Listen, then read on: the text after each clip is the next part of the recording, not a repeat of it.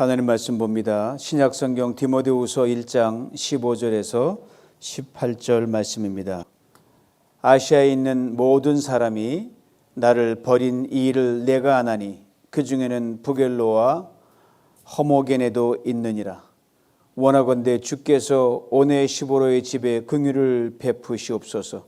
그가 나를 자주 격려해 주고 내가 사슬에 매인 것을 부끄러워하지 아니하고 로마에 있을 때에 나를 부지런히 찾아와 만났음이라. 원하건대 주께서 그로 하여금 그날의 주의 긍휼을 입게 하여 주옵소서. 또 그가 에베소에서 많이 봉사한 것을 내가 잘 아느니라. 아멘. 드디어 한 해 마지막 주일에 우리가 섰습니다. 특별히 한 해 마지막 시간을 보내면 시간을 붙들고 싶은 것이 우리 모두의 심정입니다. 나이 들기도 싫고 또 다가올 미래가 또 불확실하기 때문에 두렵기도 하고 멈췄으면 하는, 시계가 내 멈췄으면 그런 마음이 간절합니다. 고장난 벽시계란 노래가 우리 이 갈팡질팡하는 마음을 잘 설명해 주는 것 같아요. 이런 가사입니다. 세월아 너는 어찌 돌아도 보지 않느냐. 저만큼 가버린 세월, 고장난 벽시계는 멈추었는데 저 세월은 고장도 없네. 아마 여러분 댁에 고장난 시계가 한두 개쯤 있을 줄 압니다. 1년에 딱 2번은 맞는 것 같아요. 하루에 2번은 맞는 것 같아요. 우리의 시간도 그 고장난 시계처럼 오늘 멈춰서 그대로 있었으면 좋겠는데 흐르는 강물처럼 도도하게 시간은 흘러가고 그 흐름에 편승하여 우리 한 해 끝자락에서 이렇게 2021년 마지막 주일 송년주일을 보내고 있습니다. 아시다시피 지나온 한 해 시간들 많이 아쉬웠잖아요. 가서 바로잡고 싶은데 돌아갈 수가 없는 우리의 인생의 한계입니다. 이때 문득 실존주의 철학자 기에르케고르의 말이 뇌를 스칩니다. 인생이란 뭐냐? 앞쪽으로 살아가야 하지만 뒤쪽으로만 이해할 수 있는 것이다.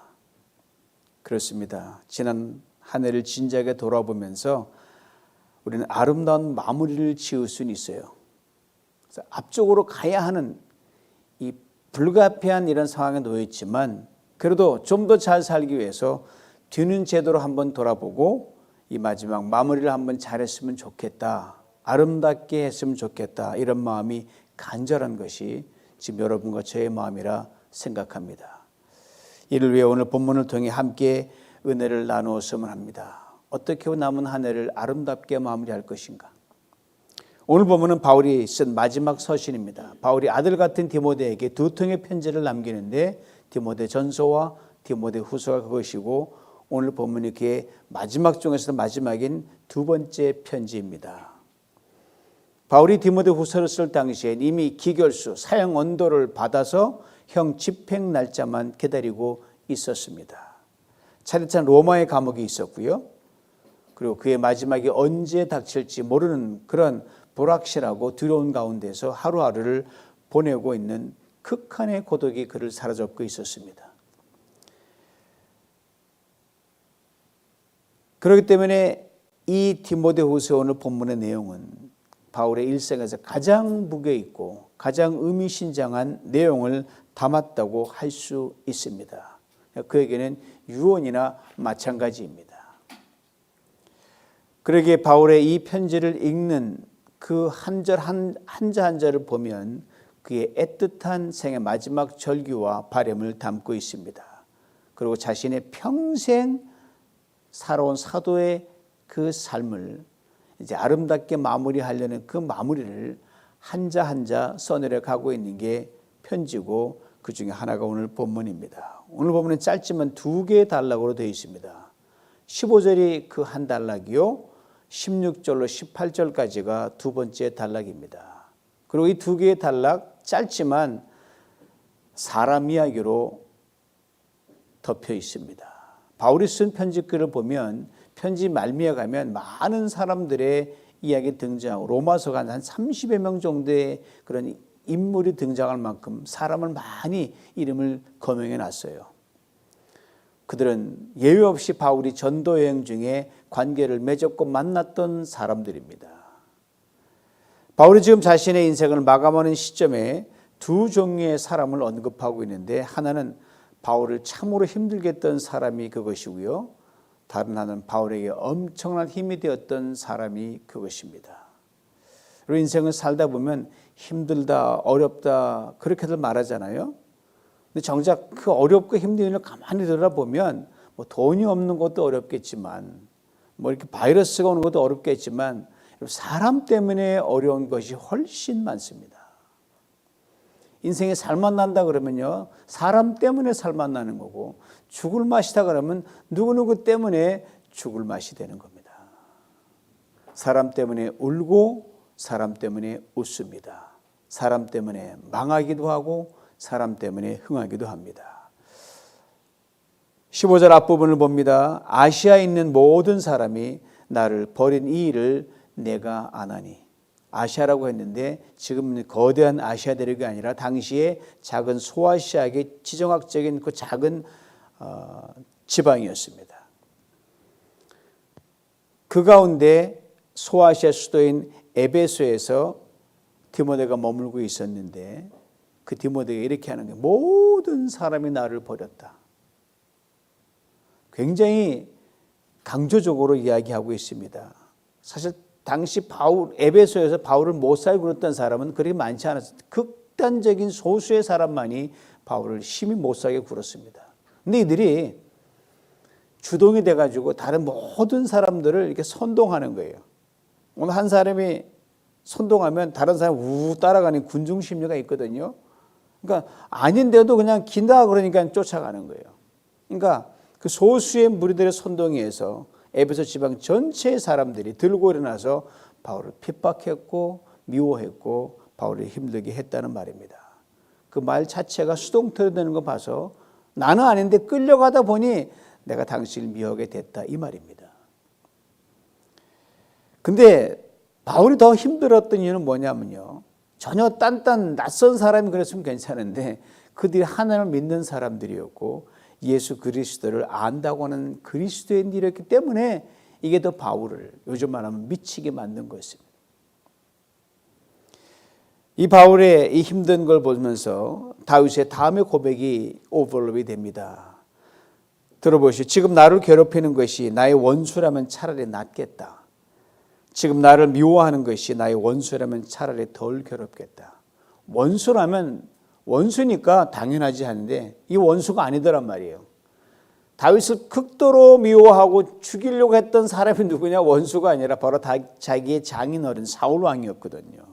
또 가까이 지냈던 부하요, 어릴 적부터 신앙생활을 함께했던 믿음의 동지들이었기 때문에 다윗이 그렇게 힘들어했고, 바로 그 심정이 오늘 본문의 바울의 심정이었습니다. 이제 감옥에 갇혀서 언제 그럴지 모르는 그 바울을 보면 질투가 좀 멈춰야 되잖아요. 근데 잘 됐다, 이 절호의 찬스다 하고 더 극렬하게 미움을 조장하고 바울에게 반기를 듭니다. 바울이 얼마나 힘들고 어려웠으면 평생 따라다니는 사람, 툭 오고 가는 모든 세대 사람들에게 보고 드릴 정도로 이름을 딱 명시해놨어요. 부겔로와 호모게노, 이 두 사람. 얼마나 힘들겠냐면 세월이 가면 못된 것도 좀 이렇게 누그러지잖아요. 머지게 굴었던 사람 나이가 들면 이게 마음이 부드러워지는데 이 친구들은 아니었어요. 끝까지 죽자 사자 사형 선고받은 바울을 그렇게 괴롭히고 못된 짓 하는 것이 요지부동이었습니다. 그 성경에 한 번밖에 등장하지 않는 그 이름으로 바울에게 쓸 수 없는 상처를 준 사람으로 오가는 모든 사람에게 회자된다는 것, 참으로 슬픈 일이 아닐 수가 없습니다. 이 대목에서 세 가지를 깊이 깨닫게 됩니다. 하나는 바울의 인간적인 면이 두드러지게 나타나죠. 바울도 사람이었거든요. 그의 겸손함과 솔직함이 그대로 배어있는 대목입니다. 얼마나 속상했으면 마지막에 부겔로, 호모게노 해서 세상 모든 사람들이 못된 놈 막 할 정도로 남겨놨을까. 너무 힘들었으니까. 다음은 살면서 적어도 우리가 이렇게 이름에 남길 만큼 모진 사람이 돼서는 안 되겠다는 것을 우리는 깨닫게 됩니다. 특별히 예수 그리스도 안에서 세상 사람들에게 하는 말이 있잖아요. 삶은 얼마나 산다고 그렇게 못되게 굴까, 그렇게 박살나게 굴까, 마음을 모지게 굴까. 그러면 안 되거든요. 세 번째는 바울의 통넓은 관용입니다. 그렇게 괴롭히고 많은 사람들로 하여금 바울의 등을 치게 만들었던 이 주동자들과 그의 팔로워들, 이렇게 디모데후서 마지막 볼에 고백하는 대목이 나옵니다. 저희에게 허물을 돌리지 않겠다. 바울의 멋진 모습 보면서 올 한 해를 한번 돌아봤습니다. 저도 바울도 그런데 저 평범한 목사가 저도 이런저런 거 많이 겪었지 않겠어요? 부겔로와 허모네 같은 그렇게 아주 못된 사람 아니지만 책에도 거친 사람, 예를 들어서 어떤 모진 사람들이 있었단 말이에요. 이렇게 스쳐가는 그런 사람들을 보면서 하나님께 기도를 했어요. 하나님, 저들에게 허물을 돌리지 않고 깨끗한 심정으로 이 한 해를 마감하게 하여 주시옵소서. 허물을 돌리지 않겠다. 사랑하는 성도 여러분, 한 해를 지나오면서 유독 여러분을 힘들게 했던 그 누군가가 분명히 있을 줄 압니다. 이 시간 바울이 고백을 여러분 각자의 고백으로 토해내면서 깔끔하게 아름다운 마무리를 하고 이 한 해를 넘겼으면 좋겠습니다. 혹시 누군가에게 깊은 상처를 받거나 못 잊어, 진짜 꿈에 나타날까 봐 힘들어, 그런 사람이 있습니까? 그러면 관용으로 품으시고 이렇게 말씀하십시오. 내가 그에게 허물을 돌리지 않겠다. 그러게 어떤 지혜로운 현인은 아름다운 마무리를 하려면 이렇게 해야 된다고 우리에게 일깨워 주지 않습니까? 먼저는 아름다운 마무리는 뭐냐? 용서하는 것이요, 관용하는 것이다. 또 아름다운 마무리는 뭐냐? 나를 얽매였던 지난 시간에 모든 쓴뿌리와 상처의 속박으로부터 내 스스로 빨리 빠져나오는 것이다. 그게 아름답게 마무리한다는 겁니다.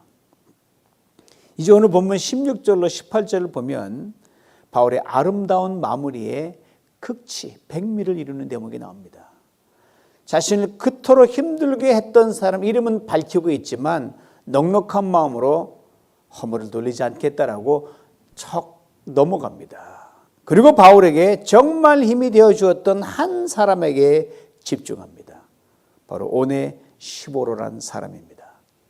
그리고 오네시보로 한 사람과 그의 가정으로부터 받은 엄청난 사랑과 은혜를 구체적으로 적어 내려갑니다. 그리고 그와 그 가정을 위해 하나님께 복을 구합니다. 오직 자신이 받은 사랑과 은혜만 집중합니다.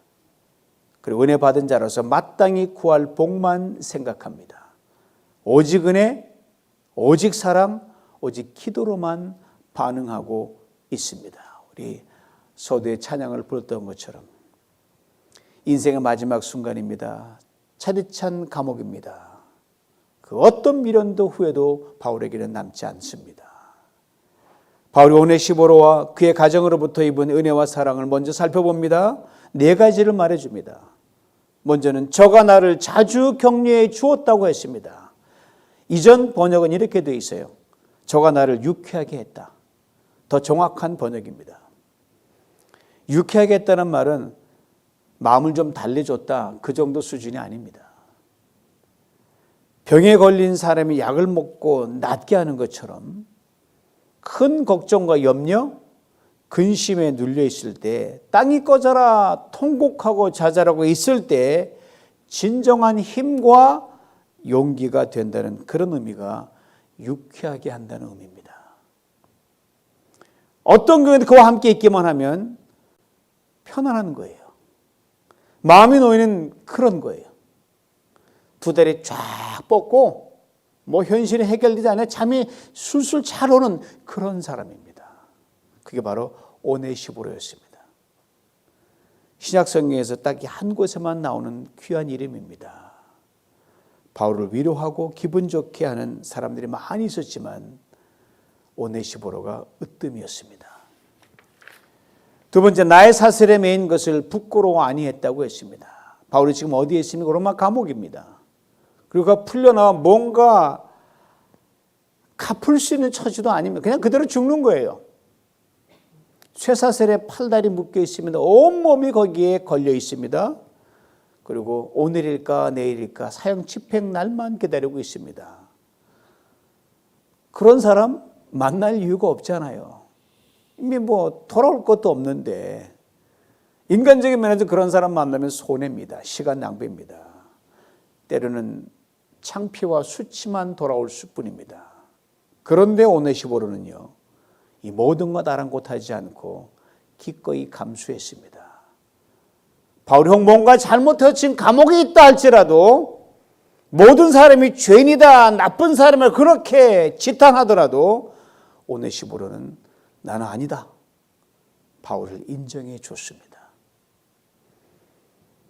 감옥에 있을 때 내가 더 이상 아무것도 할 수는 없는 존재가 되었을 때 가장 큰 위로가 뭡니까?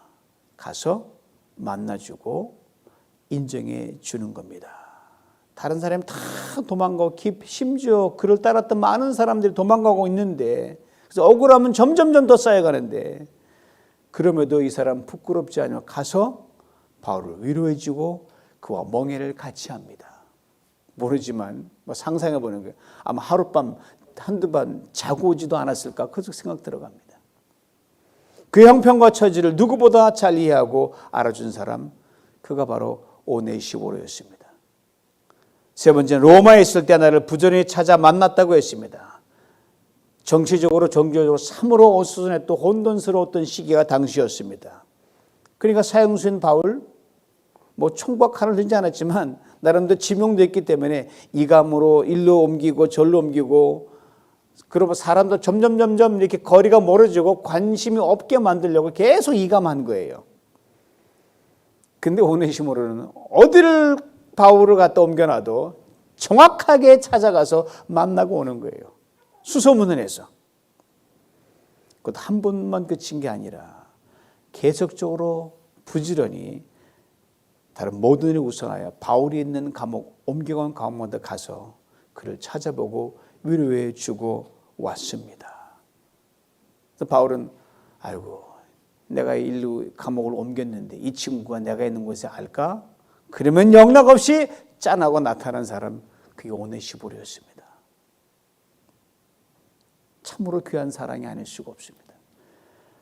그 다음에 에베소에 있을 때도 섬겼다고 했습니다. 에베소 바울이 전도하다가 엄청난 핍박을 받았던 곳이 에베소입니다. 사자와 곰을 만난 것처럼 죽을 지경이었다고 고백했던 곳이 바로 에베소의 전도 사역이었거든요.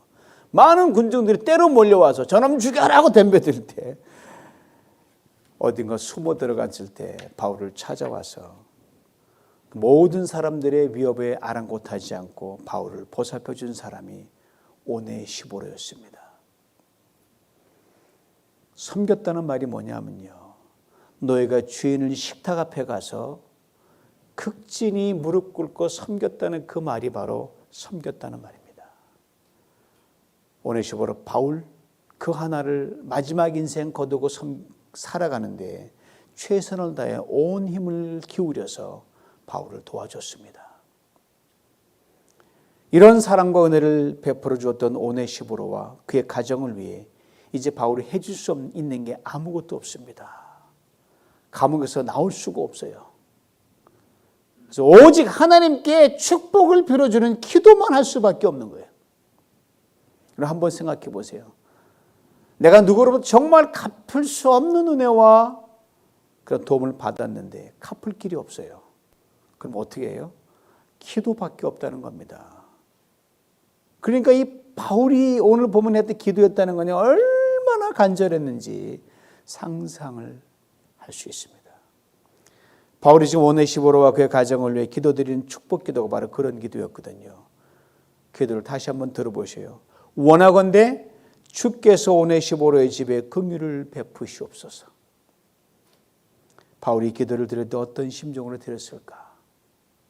아마 이렇게 기도드리지 않았을까 생각이 됩니다. 원하건대라고 하면서 깊은 생각에 잠깁니다. 어떻게 축복을 해달라고 빌까? 바울은 하나님 내 셈법으로 말고 하나님 당신의 셈법으로, 이 사람은 그냥 축복해 주셔서 안 됩니다. 억수로 하늘을 열고 부어주셔야 되는데 그 마음을 담아서 원합니다라고 바울은 고백했습니다. 오네시모라고 하는 그 말을 언급하면서 바울은 그가 자기를 어떤 상황에서 어떤 위경 중에서 도왔는지가 주마등처럼 쫙 스쳐가는 거예요. 그랬었지. 맞아. 그 친구가 난 벌써 죽었어. 끝났어. 어떻게 그때 그런 위험을 무릅쓰고 나를 도왔을까? 이게 생생한 비디오처럼 돌아가는 거예요. 그 집에라고 하면서 뭐 오네시모로 집에 오네시모 있습니까? 아내와 자녀와 식솔들을 쫙 떠오를 거예요. 네? 예를 들어서 뭐 제가 뭐 어느 장로님 어느 집사님 다 떠오르듯이 쭉 보는 거예요. 하느님 모든 사람에게 긍휼을 베풀어 주옵소서. 축복하여 주옵소서. 온 우주를 덮고도 남을 만큼 사람의 긍휼이 아닌 하나님 당신의 긍휼로 축복으로 덮어 주옵소서. 태초부터 지금까지 했던 그 하나님의 역사로 덮어옵소서. 이렇게 기도했더란 말입니다. 결코 짧지만 결코 내용은 짧지 않은 그런 기도였습니다. 그리고 이어지는 18절에 그날에라는 말을 덧붙여서 이 축복 기도를 강화시킵니다. 오네시모로와 그의 가정을 회피는 자신의 축복이 주님 오시는 그날까지 평생 이어지도록 그렇게 부어달라고 하는 간절함을 바울은 그 기도에 담았습니다. 바울이 이 편지를 쓰고 나서 얼마를 더 살다가 주님 품에 안겼는지 알 길이 없습니다. 그러나 한 가지 분명한 것은 오네시모로와 그의 가정을 위해 바울은 이처럼 매일매일 축복하면서 그 남은 인생의 시간들을 아름답게 마무리했다는 사실입니다. 노사도가 보여준 참으로 귀한 인생 아름다운 마무리입니다.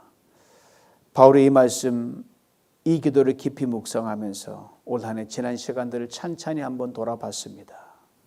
그리고 저를 오네시모처럼 참으로 유쾌하게 한 그런 분들이 누구였는지 저도 주마다 쫙 스쳐가는 거예요. 어느 권사님, 어느 집사님 다 떠오르는 거예요. 그리고 그분들이 베풀은 사랑과 헌신, 주님의 교회를 향한 아낌 충성의 그 자취들이 주마당처럼 막 스쳐가는 거예요. 아, 그 집사님 그때 그랬었지. 권사님 이랬었지. 어떻게 그 상황에서 팬데믹 와중에서도 그렇게 헌신할 수 있었을까. 이게 막 스쳐가는 거예요. 그리고 이렇게 기도드렸습니다. 주님 올 한 해 이분들이 저와 교회에 오네시모로 드렸습니다. 원하건대 주께서 이분들의 집에 긍휼을 베푸시옵소서. 원하건대 주께서 이분들로 하여금 그날의 주의 긍휼을 얻게 하여 주옵소서. 평생 주님 오실 때까지 그리하여 주옵소서. 사랑하는 성도 여러분, 2021년 한 해를 살아오시면서 여러분에도 분명 사랑을 주고 은혜를 주면서 참으로 여러분을 유쾌하게 만들어줬던, 시원하게 만들어줬던 오네시모로가 있었을 줄 압니다. 누굽니까? 얼마 남지 않은 한 해 시간들 그분들을 생각하며 그분들께 집중하며 미움, 억울함 다 잊어버리고 이 참으로 일 많고 난리 많았던 2021년 한 해를 아름답게 마무리할 수 있기를 원합니다. 그렇습니다. 여러분과 저 오네시모로를 위해 복을 구하는 오늘과 한 해 남은 시간 될 수 있기를 원합니다. 이들로부터 우리가 받은 사랑과 은혜만 생각하십시다.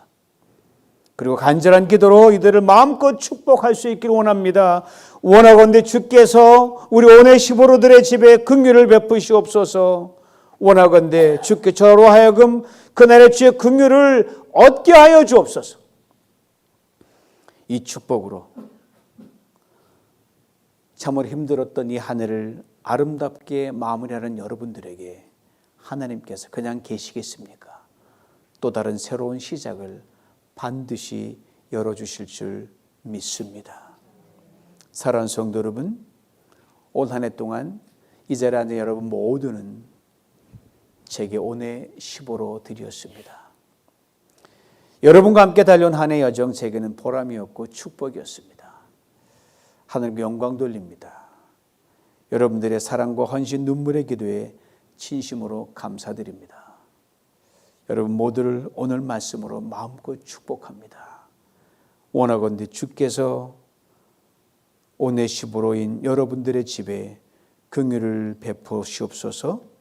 주께서 여러분들 하여금 그날의 주의 긍휼을 많이 얻게 하여 주옵소서. 이 축복 받아 누리시고 여러분도 여러분 오네시보로에 마음껏 축복하면서 이 하늘을 아름답게 마무리할 수 있기를 주님의 이름으로 축원합니다. 기도합니다. 주님, 2021년 한 해 동안 우리에게 오네시보로 같은 귀한 분들을 붙여주심을 감사합니다. 저들의 어려움보다 남의 어려움을 더 생각했던 분들입니다. 저들의 아픔보다 남의 아픔을 더 생각했던 분들입니다. 저들의 가난보다 남의 가난을 더 생각했던 분들입니다. 저들의 형편보다 주님의 교회의 형편을 더 생각했던 분들입니다. 저들의 연약함보다 남의 연약함을 더 생각했던 분들입니다. 그리하여 우리가 저들로 인해 참으로 유쾌함을 입었습니다. 원컨대 저들과 저들의 가정에 무한한 긍휼을 베풀어 주옵소서. 우리 모두 한 해 끝에서 축복과 감사함으로 아름다운 마무리를 하게 하여 주옵소서. 예수님의 이름으로 기도하옵나이다. 아멘.